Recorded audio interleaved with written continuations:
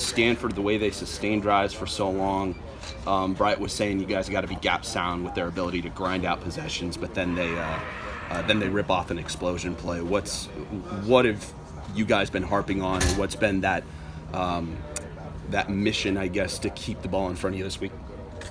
Just be physical and know our assignment. Because with Stanford, they line up in a lot of different formations trying to confuse you, and we just got to be able to know where we are on the field first off, and then line up in the correct spots, and everything should take care of itself. They have a couple pretty big bodies out at wide receiver too. I remember against Oregon, they just played a lot of toss in the corner. Guy goes up on Arion Springs and just basically grabs it while Arion's trying to bring him down. How about the passing game? Their ability to run the ball so much, but then they can go to the air sort of whenever they feel like it. I mean, me being a corner, I just know my coach teaches us he could care less about. Well, I mean, he wants us to cover the pass first, obviously. So, I mean, as long as I keep my eyes on the receiver, not in the backfield, I think we should DBs. We should be good off of those fade balls. What's been the difference with Coach Hall since he's taken over as the interim coach, as far as what he's been able to do in meeting rooms with you guys and how hands-on he's been able to be? Just a little bit. I mean, he still pops his head in and out of the safeties and corners room. It's also a good thing because he kind of takes control of the secondary a little bit more. So instead of just being a corners coach, he's now like safeties and corners. I mean, Coach Rushton and Coach Cook Coach Cook is our corners coach. Rushton's still a safety, but he helps out still.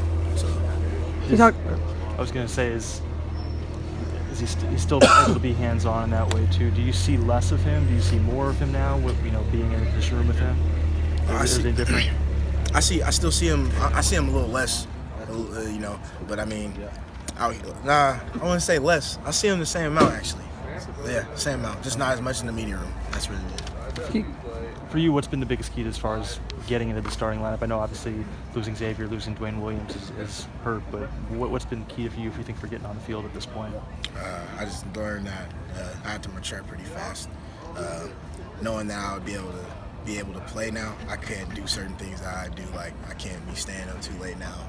I gotta start focusing more because it's not about me; it's about the team.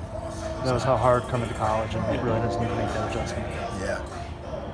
When you talk a little bit about Stanford, what kind of challenges they present just as an offense? Unlike really any in the Pac-12, where they'll sometimes go one wide receiver, no wide receivers, and just put 8 or 9 offensive linemen up front and just try to run smash mouth.